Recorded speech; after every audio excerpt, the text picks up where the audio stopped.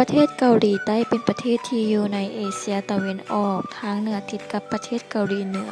ภาคตะวันออกเฉียงใต้แม่นติดกับประเทศญี่ปุ่นมีเมืองหลวงชื่อว่าเมืองโซลมีการปกครองแบบประชาธิปไตยมีเนื้อที่ประมาณ 1,210 กิโลเมตรและมีแม่น้ำความเอาถึง 0.3% มีประชากรทั้งหมด 51,529,338 คน ประชาชนเกาหลีจะบ่นับถือศาสนาแต่จะมีบางส่วนที่นับถือศาสนาคริสต์อาหารประจำชาติแมนกิมจิ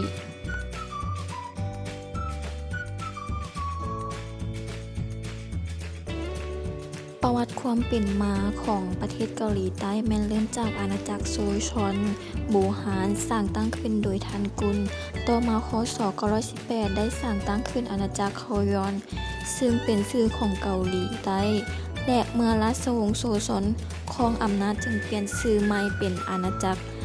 โซลชอนมีเมืองหลวงชื่อว่าฮันยางหรือเอิ้นอีกชื่อหนึ่งว่าเมืองโซลมีลัทธิคงจื้อเป็นสิ่งนับถือประจำชาติและได้ประดิษฐ์อักษรเกาหลีขึ้นในปีค.ศ. 1910 เกาหลีต้องอยู่ในภายใต้การปกครองของญี่ปุ่นจนสิ้นสุดสงครามโลกครั้งที่ 2ประเทศเกาหลีได้แบ่งออกเป็น2ประเทศคือ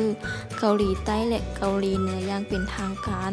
โดยประเทศเกาหลีใต้ได้สร้างตั้งขึ้นเป็นสาธารณรัฐเกาหลีและส่วนเกาหลีเหนือได้สร้างตั้งขึ้นเป็นสาธารณรัฐประชาธิปไตยประชาชนเกาหลี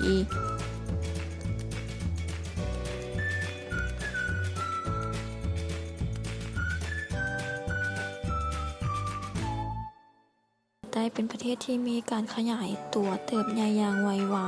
และเป็นประเทศที่อยู่ใต้การปกครองแบบประชาธิปไตยการปกครองต้องมีความเอกภาพและให้สิทธิเสรีภาพกับประชาชนต้องให้สิทธิในการเรียกร้องความเป็นธรรมเพราะประชาชนเกาหลีมีจิตสำนึกปลูกฝังในการปกครองแต่โดนนานมาแล้วที่ต้องมีสิทธิเรียกร้องความเป็นธรรมความเป็นเอกภาพให้มีความยุติธรรมถ้าหากเกิดการมีการสุจริตขึ้นมาก็จะเกิดการประท้วงเกิดขึ้นโดยทันทีบทบาทของผู้นำทางด้านจิตวิญญาณผู้นำเกาหลีได้สร้างพื้นฐานทัศนคติว่ามีความเชื่อมั่นในชาติของตนในการจูงใจให้คนเฮ็ดเวียกหนักและไวในการเบิ่งเหตุการณ์ไกลการตัดสินใจเฉียบขาดและว่องไวการร่วมมือร่วมใจผ่านพาอุปสรรคสร้างความเจริญรุ่งเรืองให้แก่ตนเองวงตระกูลและประเทศชาติหากสามารถกระทำได้ก็จะสามารถหลุดพ้นจากความทุกข์และมีอยู่มีกินอันเป็นเป้าหมายได้แก่การมุ่งมั่นพัฒนาให้ประเทศชาติมีความเจริญรุ่งเรืองบทบาทของผู้นำทางด้านปัญญาคนเกาหลีต่างนิยมยกย่องในเรื่องการศึกษาตามความเชื่อในทฤษฎีของคงจื้อเป็นสุนทรเชื่อว่าหนทางที่จะก้าวไปสู่ความสำเร็จนั้นคือการแสวงหาความรู้ใช้ตัวให้ได้หลายที่สุดทัศนคติเฮ็ดให้นักศึกษาคนเกาหลีมีการศึกษาสูงเป็นจำนวนหลายนับตั้งแต่ประกาศใช้แผนพัฒนาเศรษฐกิจสร้างคิดใต้สำนึกรัฐบาลได้ดำรงให้นักศึกษาเกาหลีมีการศึกษาหาความรู้ทางวิทยาศาสตร์สมัยใหม่และเทคโนโลยีอีกยังได้กล่าวว่าเกาหลีได้ก้าวเข้าสู่เป็นชาติชั้นแนวหน้าของโลกที่เน้นการสร้างอุตสาหกรรมเทคโนโลยีในระบบเศรษฐกิจแบบใหม่ทางด้านคมนาคมข่าวสารประเทศเกาหลีแม้นบ่มีศาสนาประจำชาติและประชาชนมีอิสระในการนับถือศาสนาเฮ็ดให้คนในสังคมมีทั้งผู้ที่นับถือศาสนาพุทธศาสนาคริสต์ลัทธิคงจื้อและบูชาผีรวมทั้งศาสนาย่อยๆนอกจากนี้ชาวเกาหลียังเชื่อในเรื่องของการเคารพผู้อาวุโสซึ่งเป็นสิ่งที่ได้รับอิทธิพลจากลัทธิคงจื้อโดยให้ความเคารพบูชาบรรพบุรุษผู้ที่ได้ล่วงลับไปแล้วเนื่องจากมีความเชื่อว่าเมื่อบุคคลในครอบครัวเสียชีวิตแล้ว วิญญาณของผู้นั้นจะยังวนเวียนอยู่ไกลๆเป็นเวลาดนนานถึง4ชั่วคน ปรัชญาแม่นเน้นไปที่โลกทัศน์บางแง่มุมของลัทธิมูก่อโย พุทธศาสนา และลัทธิคงจื้อซึ่งถูกรวมเข้าเป็นปรัชญาเกาหลี ความคิดดั้งเดิมของเกาหลีได้รับอิทธิพลจากระบบความคิดทางปรัชญาและศาสนาเป็นหลายปี แนวคิดที่มีอิทธิพลต่อการดำรงชีวิตในเกาหลี และขบวนการซิลฮัก ซึ่งได้กำหนดวิถีชีวิตและความคิด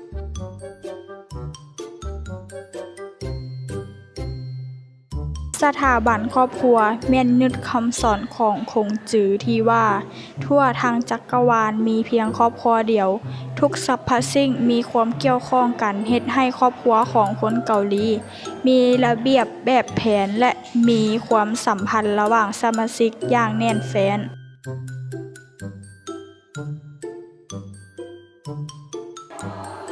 สถาบันการศึกษาได้ให้ความสำคัญของการพัฒนา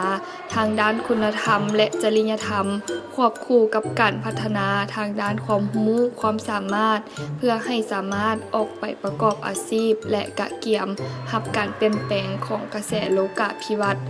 ประเทศจึงได้จัดหลักสูตรใหม่โดยให้มีการปลูกฝังทางด้านคุณธรรมจริยธรรมอย่างเป็นระบบและชัดเจนตั้งแต่ระดับอนุบาลถึงระดับอุดมศึกษามีการจัดการการเรียนการสอนตามหลักสูตรทางการและให้ผู้เรียนรู้หลักสูตร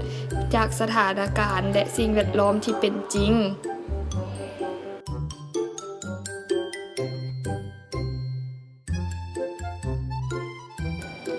บทบาทของรัฐบาลได้ใช้กลยุทธ์ที่ใช้ขบวนการทางสังคมพัฒนาคุณธรรมจริยธรรมควบคู่กับการพัฒนาเศรษฐกิจโดยมุ่งมั่นพัฒนาสถาบันครอบครัวให้มีความเข้มแข็งเพราะว่าเป็นหลักรากฐานของสังคมปฏิรูปการศึกษาโดยจัดหลักสูตรใหม่ที่ยังคงเน้น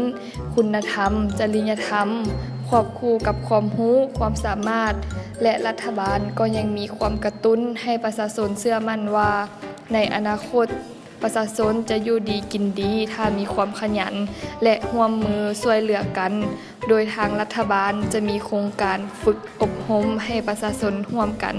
พัฒนาบ้านเมืองในคงเขตที่ตนอาศัยอยู่โดยการปลูกฝังคุณธรรมการเฮ็ดเวียกทางด้านความขยันหมั่นเพียรการช่วยเหลือตนเองและกลุ่มตนเอง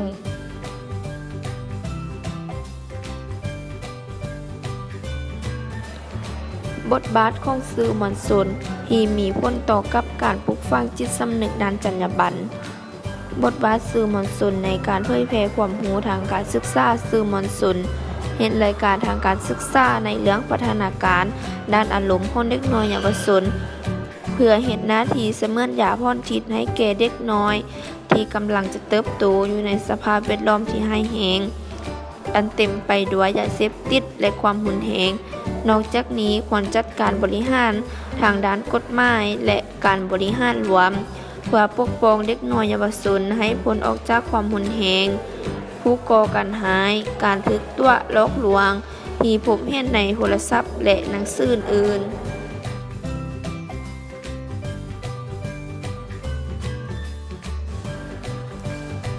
อยู่ในประเทศเกาหลีการที่มีส่วนร่วมในชุมชนแมน 1. การเว้าเสียงดังในรถสาธารณะหรือรถไฟถือว่าบ่สุภาพอย่างแรงถ้าหากว่าแสดงพฤติกรรมแบบนี้อยู่ในเกาหลีจะถูกด่าหรือถูกลงโทษทันที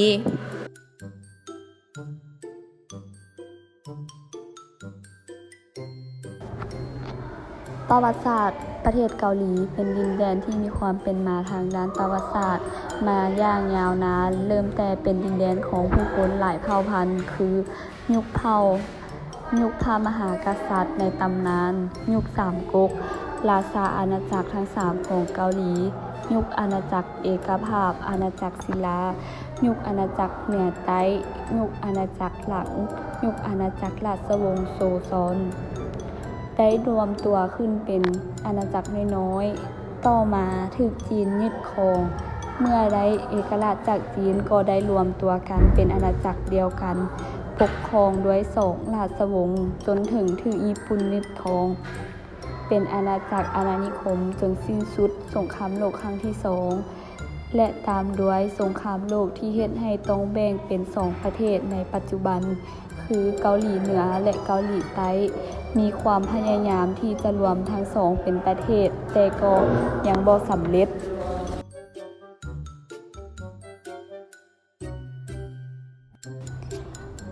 ภูมิศาสตร์สาธารณเกาหลีหรือเกาหลีใต้เป็นประเทศในเอเชียตะวันออกที่มีพื้นที่อ้อมหอบไปด้วยมหาสมุทรและได้ปลูกฝังให้ประชาชนภายในประเทศรักษาและป้องกันประเทศของตนเช่นทางด้านวัฒนธรรมก็คือการนุ่งถือที่เป็นเอกลักษณ์ของประเทศจากคนรุ่นเก่าจนถึงรุ่นปัจจุบัน และนอกจากนั้นยังมีการรักษาสภาพแวดล้อมทางธรรมชาติและการใช้ชีวิตที่มีการป้องกันมลพิษจากธรรมชาติและนอกจากนั้นมีการร่วมมือกันพัฒนาและส่งเสริมผลิตภัณฑ์ในประเทศของตนให้มีความเข้มแข็งบ่ว่าจะเป็นด้านธุรกิจขนาดน้อยหรือขนาดใหญ่